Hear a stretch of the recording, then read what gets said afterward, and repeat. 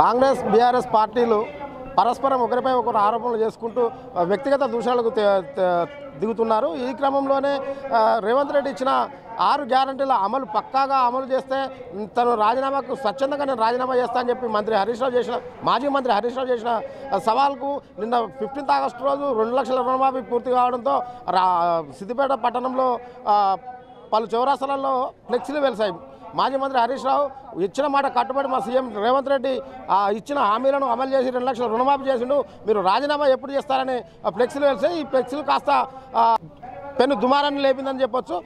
దీనికి అనుగుణంగానే కాంగ్రెస్ కార్యకర్తలు కూడా నిన్న అర్ధరాత్రి క్యాంప్ కార్యాలయంపైకి చొరబడి క్యాంప్ కార్యాలయంలో ఉన్నటువంటి ఫ్లెక్సీలను చించేయడంతో ఈ చిలికి గానవానగా తయారైంది.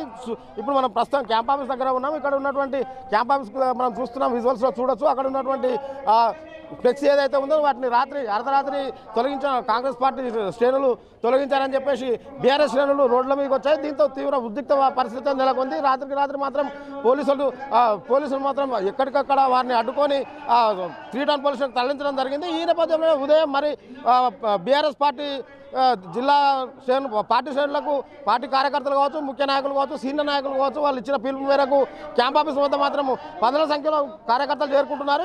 ఇది ఇక్కడ ఒక విషయం అయితే మనం స్పష్టంగా చెప్పొచ్చు, కాంగ్రెస్ పార్టీ ఇచ్చిన హామీలను మాత్రం ఖచ్చితంగా అమలు చేసింది. అమలు చేసిన తరుణంలో మాజీ మంత్రి హరీష్ రావు ఇచ్చిన మాటకు కట్టుబడి ఆయన రాజీనామా చేసే వరకు మేము వదిలిపెట్టే ప్రసక్తి లేదంటూ కాంగ్రెస్ పార్టీ వాళ్ళు చేసినటువంటి దానికి ప్రతివాదిగా వీళ్ళు ఖచ్చితంగా మీరు 6 గ్యారెంటీలు ఏవైతే ఇచ్చారో ఒక్క గ్యారెంటీ కూడా అమలు కాలేదు, మీరు చేసిన రుణమాఫీ కూడా పూర్తి స్థాయిలో రుణమాఫీ కాలేదు, ఇప్పటికీ కొంతమంది రైతుల ఖాతాల్లో డబ్బులు జమ కాలేదని చెప్పేసి బీఆర్ఎస్ మాట్లాడుతున్నారు.